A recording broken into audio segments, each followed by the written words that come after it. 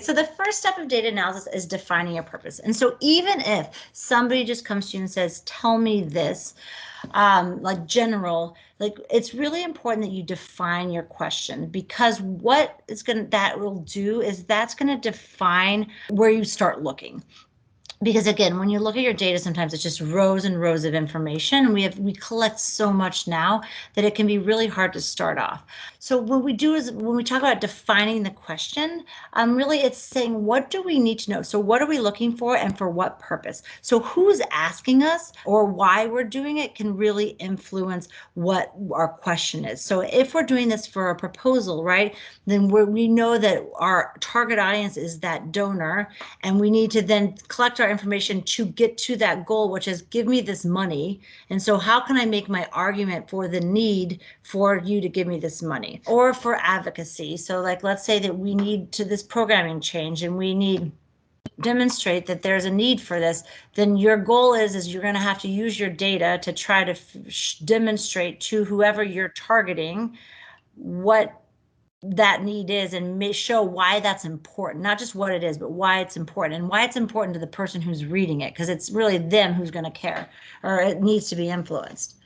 So you need to know what your goal is, what you're hoping to achieve when you start. So if it's just that my boss asked me for this, I mean, that's not a lofty goal, but really, why is your boss asking for it? Is it because they're being asked to figure out how we need to modify our programming? Are they being asked because they are like, what is the purpose behind that activity? And then based upon the audience, you will also adapt your presentation of this to them and your purpose. So let's say that we want to increase awareness in a community about intimate partner violence.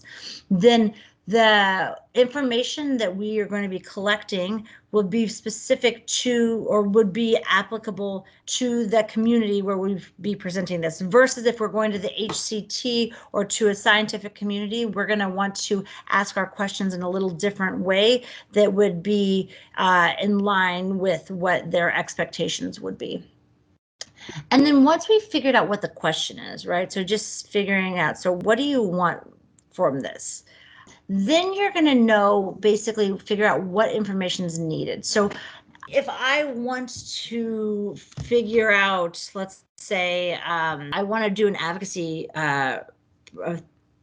paper, let's say advocacy paper on the lack of access to safe shelters for survivors. What the information I'm going to need to tell somebody what the need is. So how many people are looking for this service, maybe how many people aren't able to access this service. I'm going to need to look at, triangulate this data, like what is the money that's required to get these services in place? What are the obstacles? So you're going to bring information in from all over to try to get at what information is needed to make your argument that then somebody would say, okay, I agree, we do need this.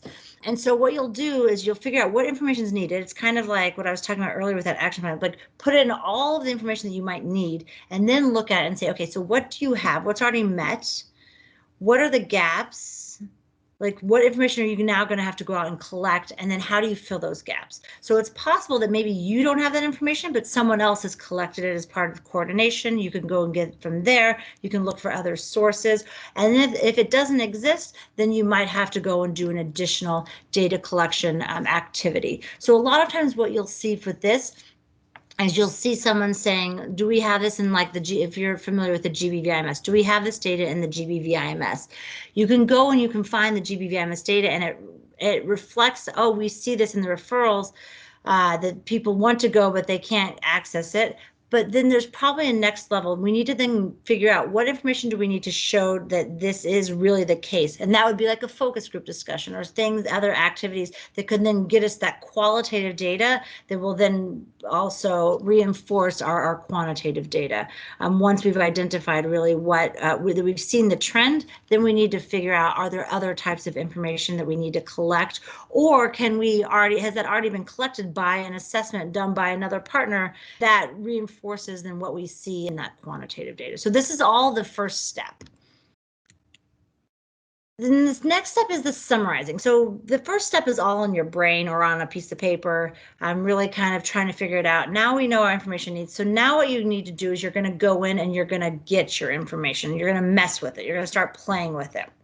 And this is where we group information so that we can start comparing and organizing data. Now, the good news is that most of the tools that we work with already do this for us. So if you work with Progress, this is the bottom right one here, we have those dashboards. When we say summarizing, that's just lumping like with like. So when you see a table here that says like the type of cases by status, that is putting the status is lumping likes with like. So summarizing is just putting things together. And so you can kind of think of it as making the graphs, actually. It's putting the like data with the like data so that then we can start looking at it compared to each other.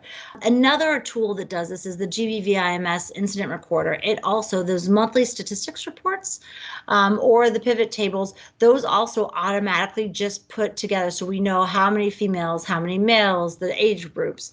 A more advanced version of this also is if we use Dataport, that also. So if you're using any of these tools, the same thing with the CPIMS Plus, not the CPIMS, the old version, is it also has some very basic summarizing functionality. So rarely, if you're using tools like this, are you going to have to manually do this. You're going to have to, if you do the data entry, it will automatically be then lumped together in some general ways. Now, if you're looking at something that's very unique, it's something you're not really, it's not something we really look at normally, then it is possible that you're going to have to generate your own graphs, or you're going to have to compile your data together to then get it together. And so then the next thing is to compare. So the comparison helps us to gain understanding of what we're looking at. So if we just have one data point, right? So if I just say this month, there were 500 unaccompanied minors who came to our services. If I have an understanding of child protection case management, perhaps that number means something to me, but actually it really means nothing without understanding the context or comparing it to something. So is 500 a lot? Maybe in one country that's crazy high, and maybe in another country that's really very small. And so what we do is to give meaning to one number, then you need to have something to compare it with.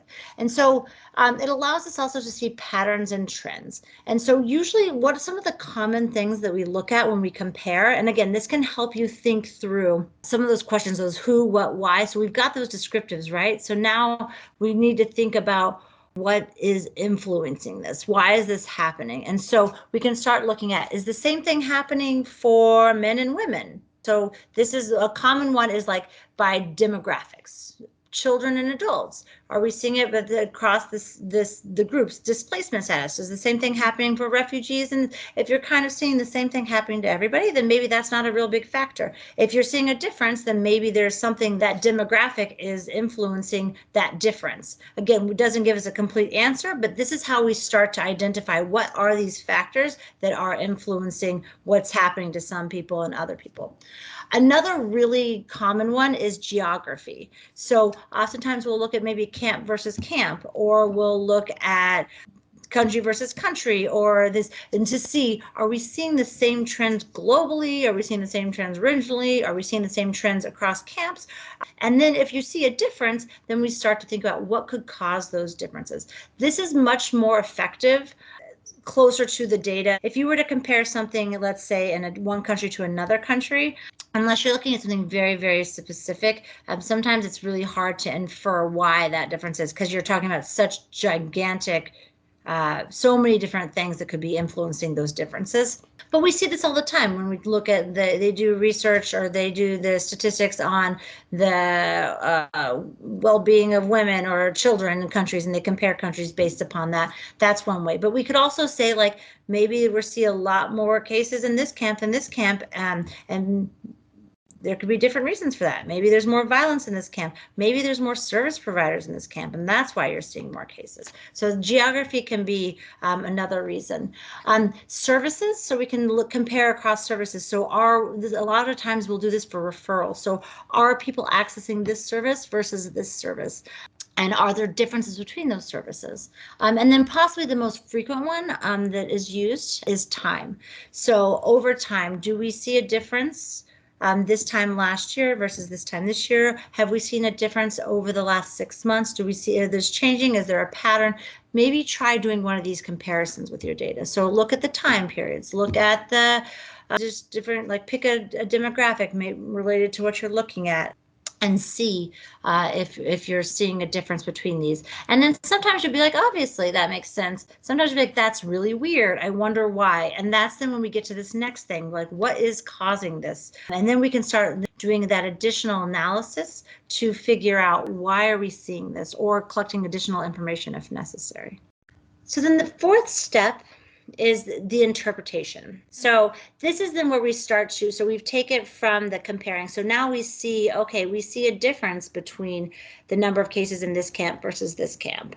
But this is then where we interpret that. And again, this is the level where you could have an IMO up to the compare. You could have them, you could say, I want to compare differences, and they could give you graphs with the differences between different groups and that sort of stuff. But again, it's that interpretation is really going to require someone who understands both the subject matter and the context, because this is where you're going to draw meaning. And again, it's not perfect, right? Because you're going to interpret it based upon what the data says, but we know that our data is not perfect. We only are seeing a subset of the data. Basically, we only see information about who's coming in our doors. So that is a very specific group of people versus everybody.